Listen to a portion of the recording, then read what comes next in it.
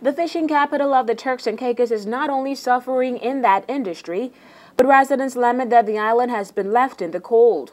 News 4 was in South Caicos last weekend where we talked with residents, and according to what was caught on our cameras, the island has seen minimal improvement to its infrastructure since the devastation of Hurricanes Hannah and Ike. There are still homes with tarpaulin on roofs. The regatta village that hosted big events on that island needs repairs. No further movements on the reconstruction of the South Caicos airport contract and the cost of living on that island. We've been through a hurricane crisis, and a lot of people lose their homes and belongings and etc. and etc. And up to now, a lot of people are still out of their homes, and I hear them talking about they should help the Haitians.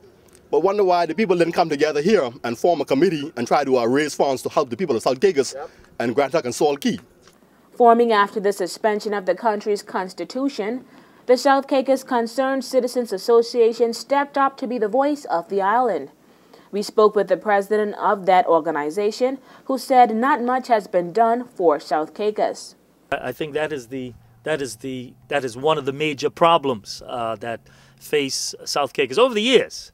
And both governments, in my opinion, should take full responsibility for that. I think both governments have literally paid lip service to the only industry that actually sustains this community. Claire believes that as a result of the neglect, the people of South Caicos are suffering.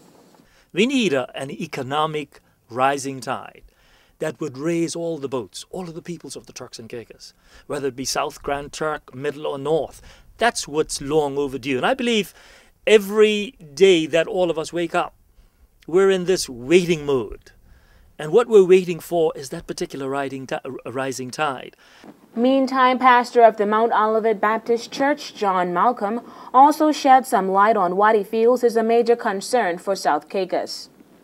South Caicos, I think we have struggled with some things for a long time.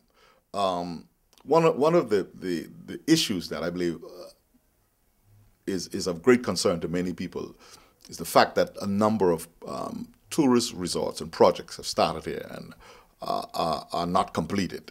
The High Point project is one that's been on the minds of many people for a long time. The uncompleted terminal building and project there of the refurbishment of the runway, the community center that was started some time ago and not completed. I think these are of great concern for people because these are projects that I believe that would bring in the proper infrastructure and facilitate development and movement here in South Caicos. And we're seeing these stagnant, and I believe more than anything else, people would like to see these projects get up and running. The project on East Bay that's been around since 1985, that started in 1985 and is still not completed. It's had 3 or 4 owners over the years.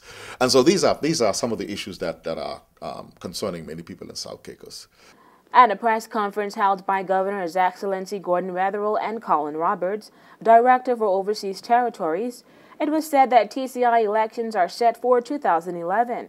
We asked the president of the South Caicos Citizen Association, Albert Clare, if he believes the island of South Caicos is ready. He said the suspension of the TCI's constitution has hit a nerve. But yes, I think this has touched a nerve for a number of people here in South Caicos. And I would hope that it has done through the larger TCI. I think people will seriously think twice or 3 times when they're going back to the polls to decide who do they want to be totally responsible for representing their lives down the road. For WIV4 News, I'm Takara Bain.